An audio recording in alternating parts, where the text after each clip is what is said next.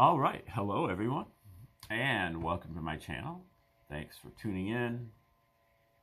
This is an educational channel, and we check out great theories of everything, all encompassing theories, grand unified theories, and concepts and discoveries that have been suppressed.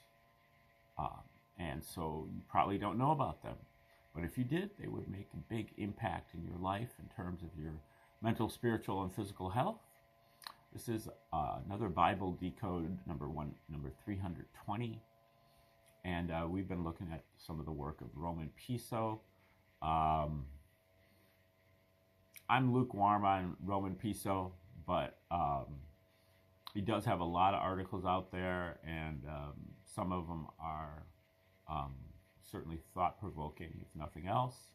And I have sympathy for his research style, which is more like a detective work, piecing together clues from scant sources. And now Piso claims that he is I don't know if that's his real name, but he does claim that he is a descendant of the powerful Piso family of the Romans in the going all the way back to Romulus and Remus, but all the way up to at least the 1st century AD. And this is all part of the Roman origins hypothesis. Many scholars, many of whom have been, if not all of whom have been suppressed, have determined that the true authors of the New Testament were the Romans, the Caesars, in particular the Caesars of the Flavian dynasty of Caesars between 69 and 96 AD. They wrote the Gospels as a psychological operation against the Jews, really an attempt to destroy the Jewish religion and replace it with something that was more palatable for the Romans and something that was going to mellow out the Jews. Get rid of this jealous, zealous, and otherwise psychopathic God that the Jews had, and replace him with much more kind of civilized, assimilated, pruned, tamed, and domesticated God that would reflect the behavior of the Jews, because the Romans had been in control of the Jews for over 100 years, and it had been constant fighting, constant revolutions, insurrections, and so on. And it was very high maintenance for the Romans. All the dozens of different groups of people that the Romans governed, the Jews were the most difficult to govern. And so this was part of the whole thing. The other part was they also pushed it on their own people, the slaves and the soldiers and so on, but they were specifically going after the Jews, especially after this war between the Romans and the Jews that took 7 years for the Romans to conquer or to triumph in 73 AD. And that war was started by really an insurrection in Jerusalem by some self-proclaimed Jewish messiahs, who were following the lead of the Old Testament prophecies that predicted a Messiah was going to come along at this time and help the Jews overthrow the conquering power, in this case the Romans.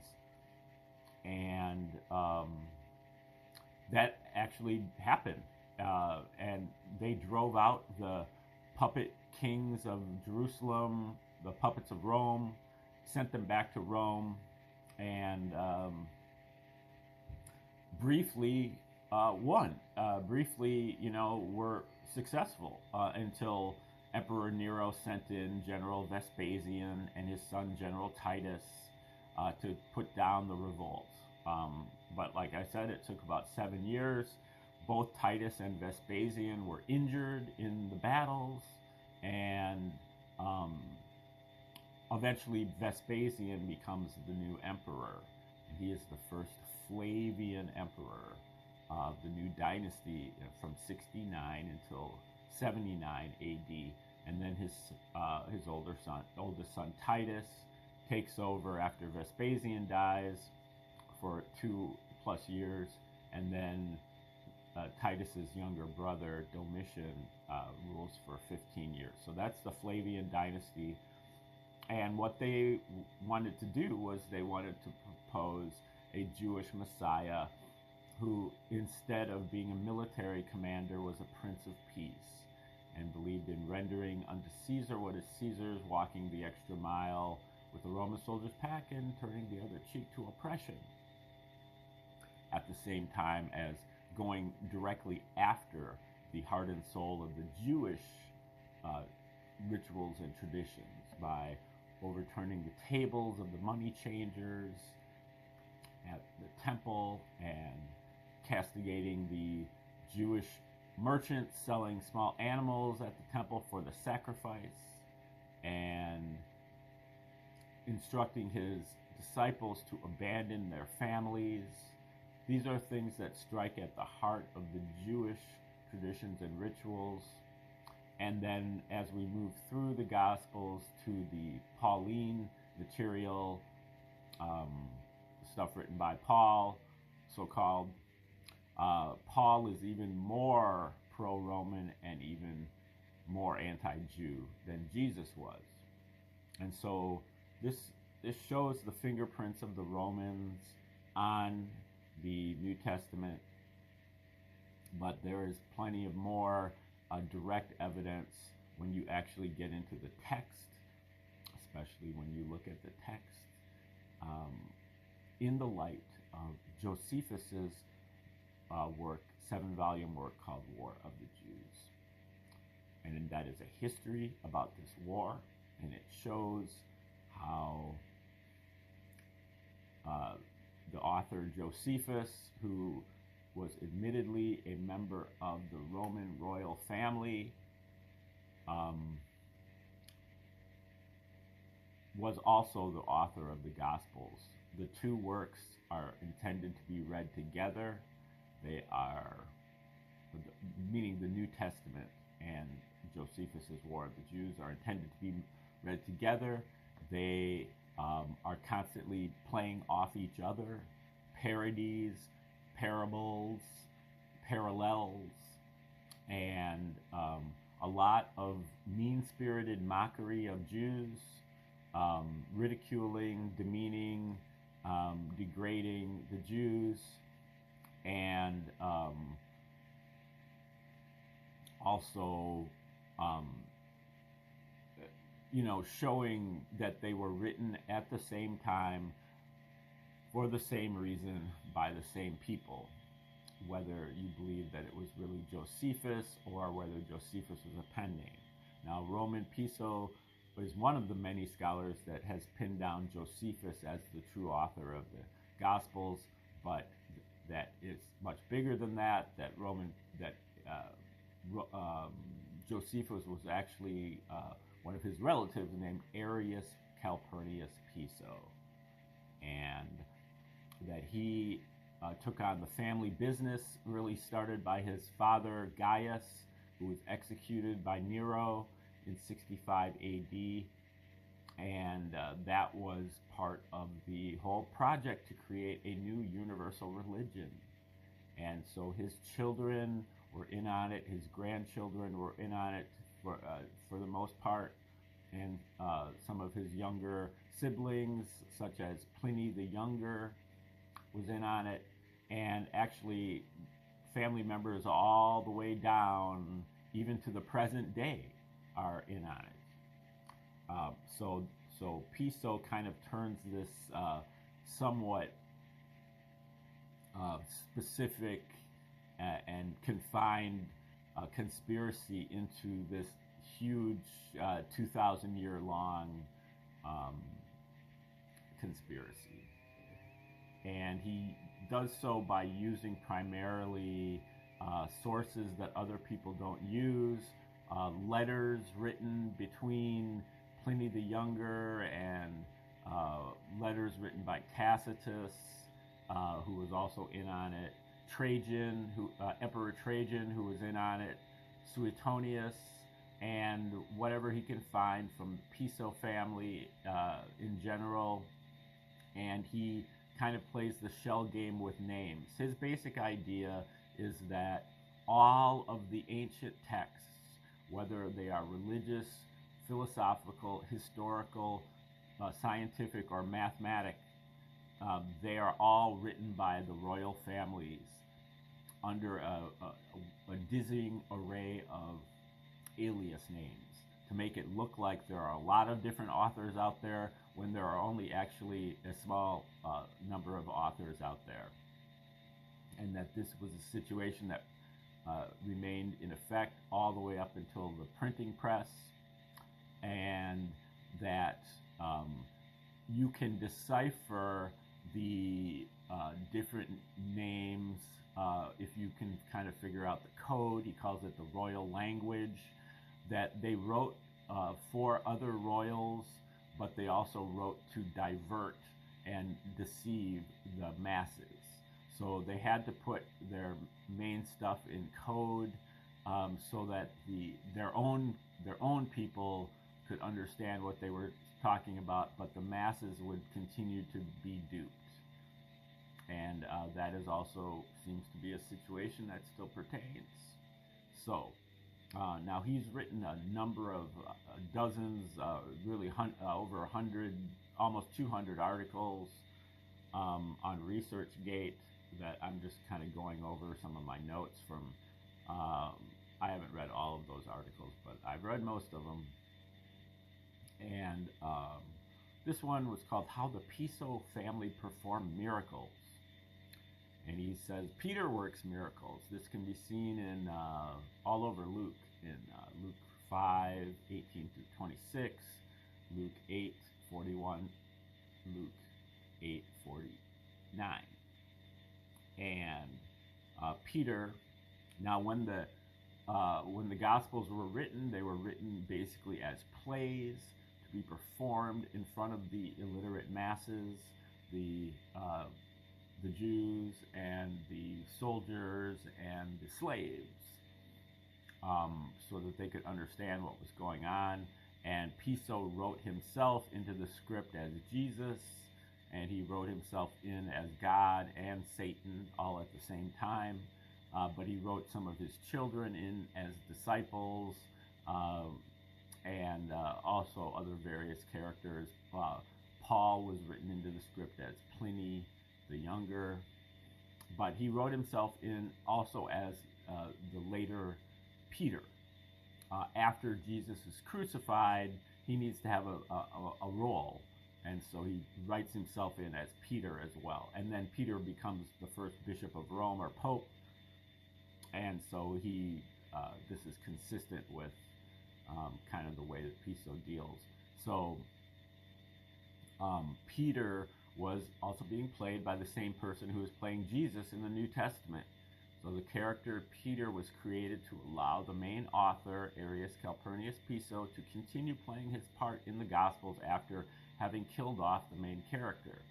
Peter is an alter ego of Jesus, a succession of ordained figureheads of the religion he had created, which were to be headed from Rome as bishops of Rome. Later, to be designated as popes, which was another reason that he needed the character Peter, so that he could be the first of these popes. Even if there were no actual church to be figurehead of, to be doing it on paper, because this, even with their barnstorming tours of going around the countryside and performing these plays, Christianity really did not get off the ground. It was a failure. So this was kind of a failed psychological operation.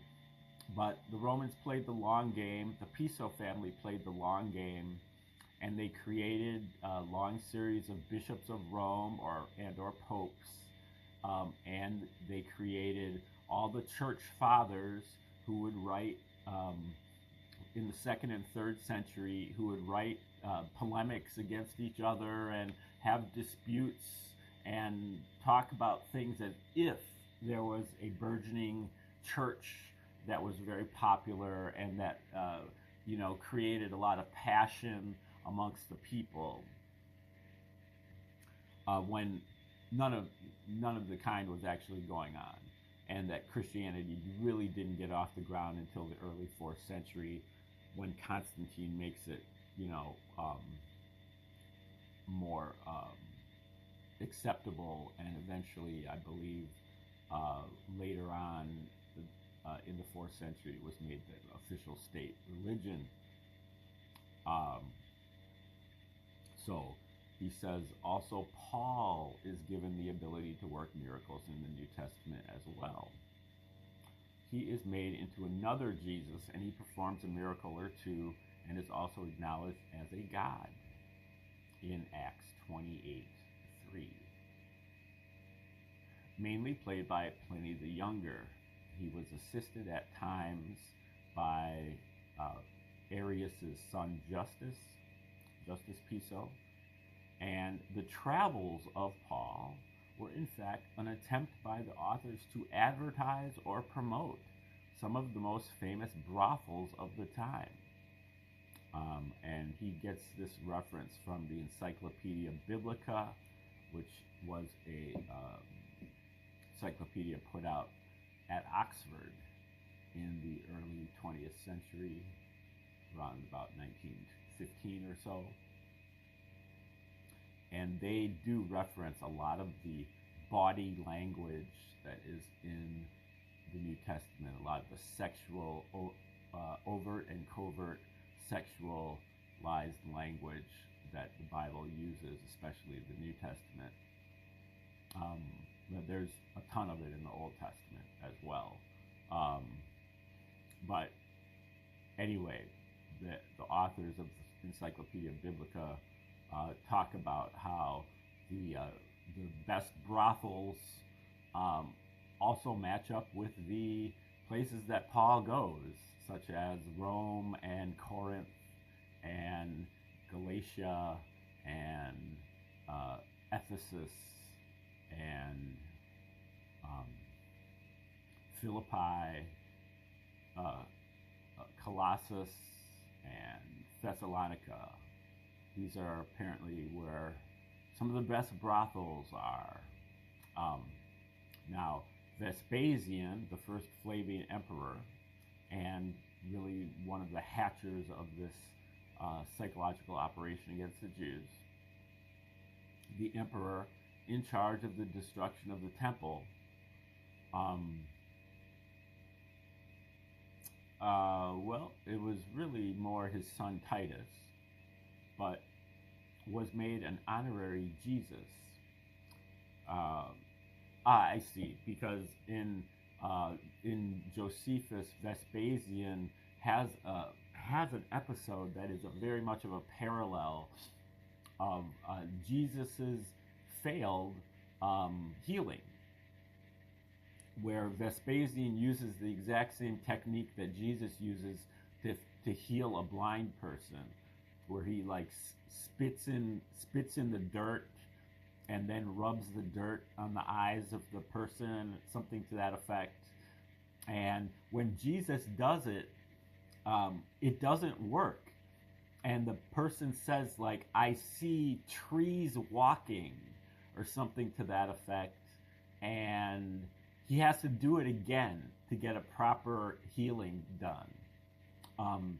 And so this is a parody on what Vespasian does, where he spits on the earth and then rubs it, but the trees walking for Vespasian refer to his the place where he grew up. I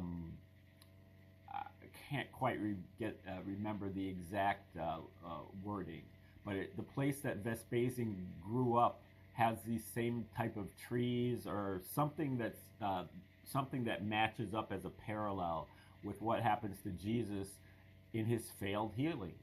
where he tries to heal the person and it doesn't work the first time. He has to do it again. Hopefully he'll cite that, but it doesn't appear that he does. So this is how Vespasian was made an honorary Jesus.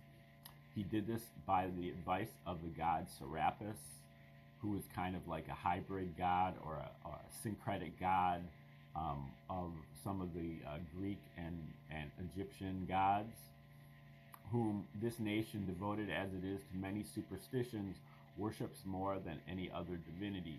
Vespasian is further honored as another Jesus by Suetonius, who was also in on it, and he was, according to Roman Piso, was the grandson of Arius Piso, and he eventually becomes not only Emperor Antoninus Pius from 137 to 138 to 161 AD, but also Pope Pius I. And he talks about Josephus, War of the Jews has Eleazar ben Yair, who was one of the leaders of the rebel Jews, who's also casting out demons, performing exorcisms. Now he's talking about Apollonius of Tyana, who, now I don't remember exactly when this was written, but Apollonius of Tyana is another parallel of Jesus. He has all of the same, many of the same, what's the word? Biographical information as Jesus. And he was created by Arius Piso. And one of Piso's colleagues, Abelard Reuchlin, who wrote the pamphlet True Authorship of the New Testament way back in the late 1970s, was of the opinion that Arius Piso also wrote as Aristotle, and also as Flavius Philostratus, who I think was like a 5th century church father. Now, Aristotle wrote way back in the 4th century BC in Greece, and I don't believe he wrote as Aristotle. There really was an Aristotle, but this Aristotle only wrote a few books, and all the rest of the books were written by Arius Piso, according to him. So Aristotle was a minor author that Arius Piso turned into a major author by writing a bunch of other books on natural history and philosophy and so on, and then backdating the writing into the 4th century. So Arius Piso wrote pretty much everything in Greek, including the New Testament and including the works of Josephus, and obviously including Aristotle. Now, you would think that the writing of Aristotle, being from the 4th century BC, would be in different kind of Greek anyway, but he doesn't really mention that. So that would be some good way of kind of checking up on him if anybody knows their ancient Greek language as well. He said that Constantine is also made into a new Jesus, and this was done by his own half-brother Julius Constantinus, or Constantius, who was writing as the famous church father Eusebius. Okay, I was under the impression that Eusebius and Constantine were the same person, but apparently they're brothers, half-brothers. And so this next article he calls All Roman Emperors from Antoninus Pius on descended from Piso family. And so that goes all the way, I don't know if it goes all the way through the Holy Roman Empire, all the way up to 1400 something, or just through the Roman Empire in the 5th or early 6th century. He says that Galen, the physician, 2nd century AD, um, and Emperor Didius Julianus are, I think, the same person. He's got an article called The Descent of King James from Arius Piso. And King James was, you know, instrumental in getting an English version of the Bible out there. Even though he was an open homosexual and had other aspects of severe decadence going on in his court, and that William Shakespeare, who's really this woman named Amelia Bassano, had kind of infiltrated her and her circle, which included Christopher Marlowe, who was eventually executed by, I think, Queen Elizabeth in the 1590s. But I guess later, when King James was working on his Bible, Amelia Bassano came in there and infected it, the Book of Psalms. And they go, I don't know what the number 46 meant in particular, but if you read Psalm 46, the 46th word is shake, and the 46th to the last word is spirit.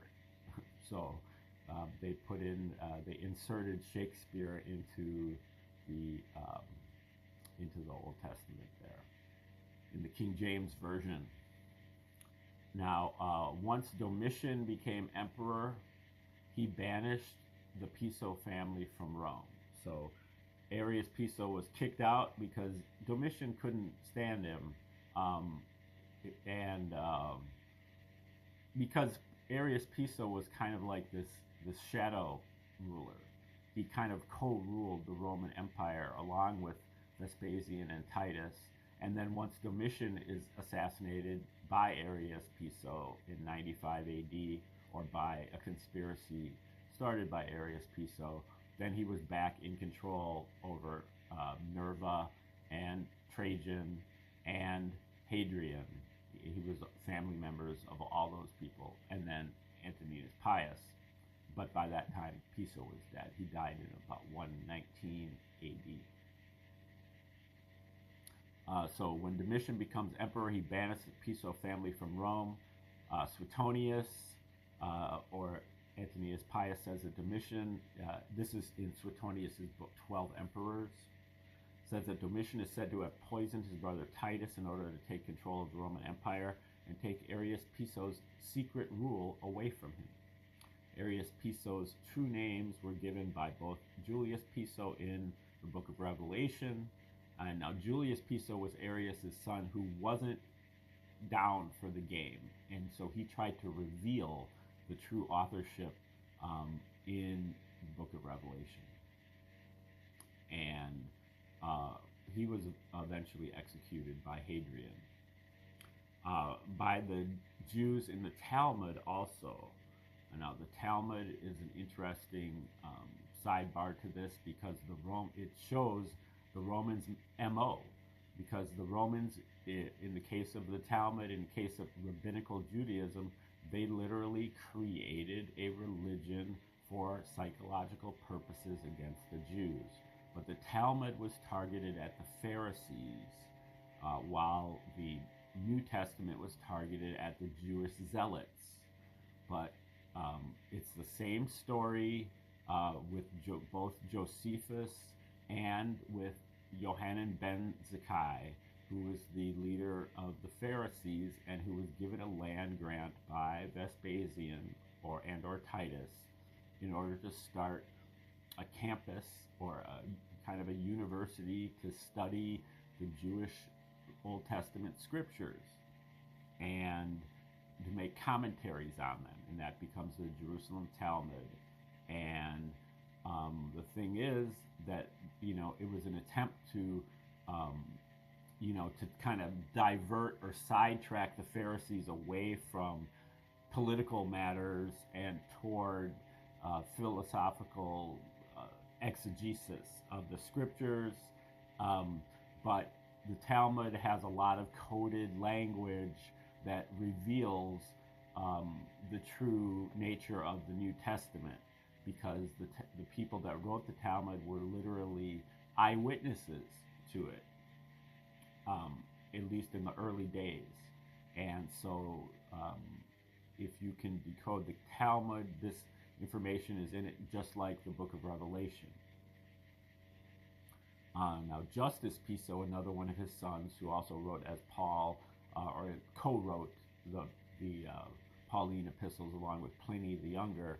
Justus Piso wrote as Justin Martyr, famous 2nd century Christian church father, and was a favorite son, as he was most like Arius. And Arius Piso married Berenike, who was the queen of Hasmonean queen, or a Herod family, and Maccabean descent, and moved to Athens about the year 100. And he did so in order to protect himself from those who would seek to kill him. One of his sons, Proculus, also moved to Athens. So Arius Piso at that point became very close to Proculus, and his family, another one of his sons, Silanus, Proculus' son, Silanus, was also in on it. He wrote as Herodes Atticus, and apparently Domitian put one of Arius Piso's sons to death in 95 AD because there was a plot against Domitian, and then eventually Arius turns the tables on Domitian and has him assassinated the next year. Now, this shows that their history was written by the winners, and it seems like even though Domitian and Nero seem to be kind of like the most tyrannical, dictatorial, and just kind of demented and debased emperors, that Piso really says that they were the good guys, and that the Piso family, because they weren't in on this Bible psyop. Now, Joseph Atwill, in his books, Shakespeare's Secret Messiah, talks about how Domitian was really the younger brother of Titus, who was very jealous of Titus, and so he did write both the book of John and the book of Acts. Big numerical code in the book of John and Acts. Now, normally it's thought of that the book of Acts was actually written by Luke, and it seems to be a sequel to the book of Luke.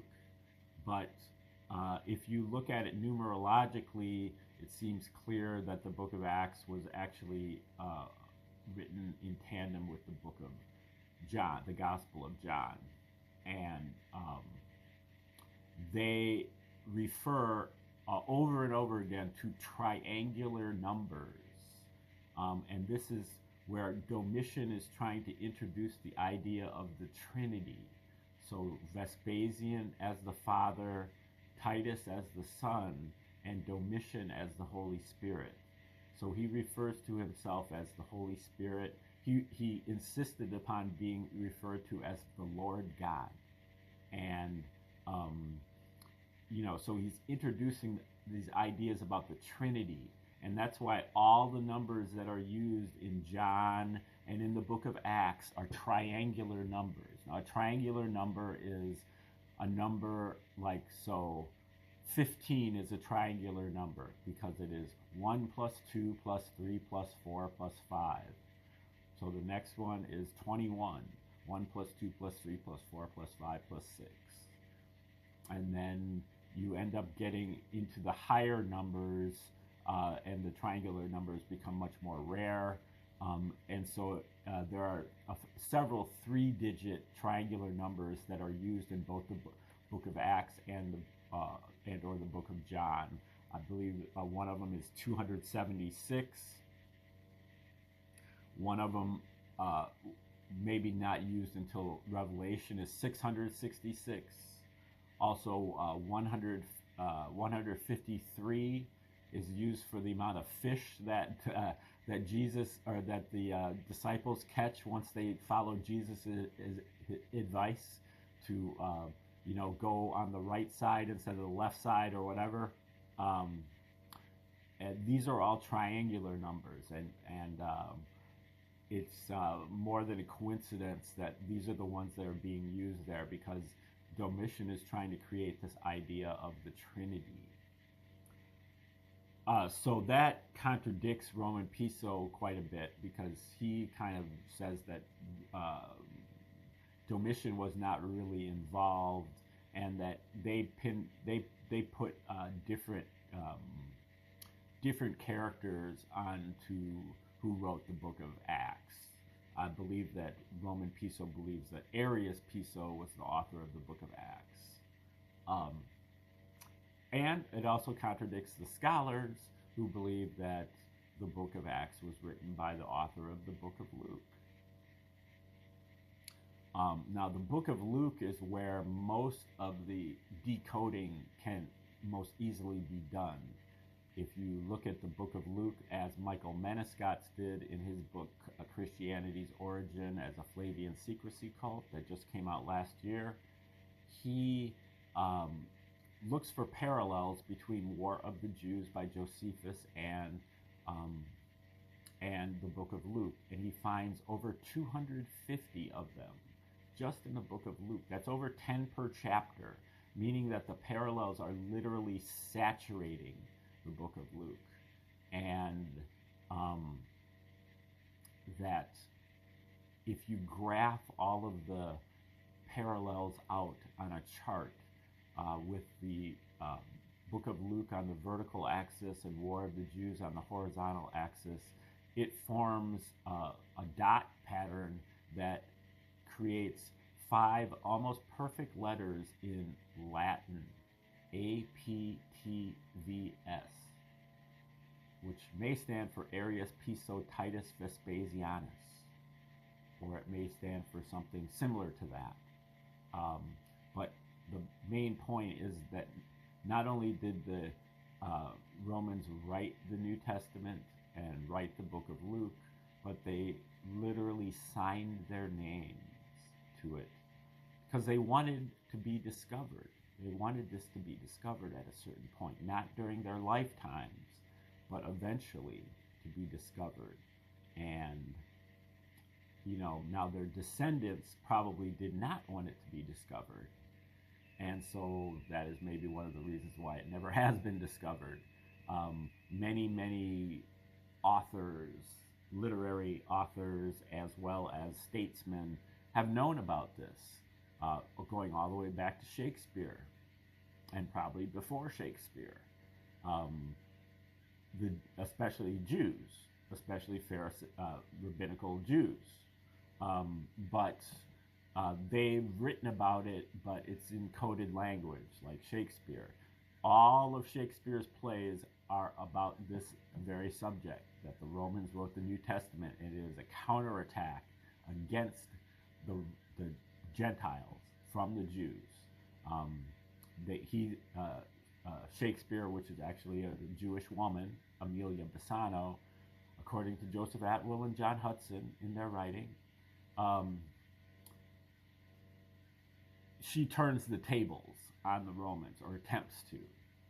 But there are many other authors, such as Emerson and Tolstoy, Shelley, Tolkien, C.S. Lewis, Edgar Allan Poe, and probably dozens of others that have also known that Henry Fielding, Cervantes, that have all known about this and have all written about it, but have had to conceal their language, and so you can decode it from their language. And these are what Roman Piso calls the inner circle, people who knew about this because it was passed down to them from generation to generation to generation. So these are probably people who are in some way related to the Piso family, or possibly related to one of the Jewish families that also carried this secret down throughout the ages. So this is a gigantic conspiracy. And it is also quite relevant to today's time period.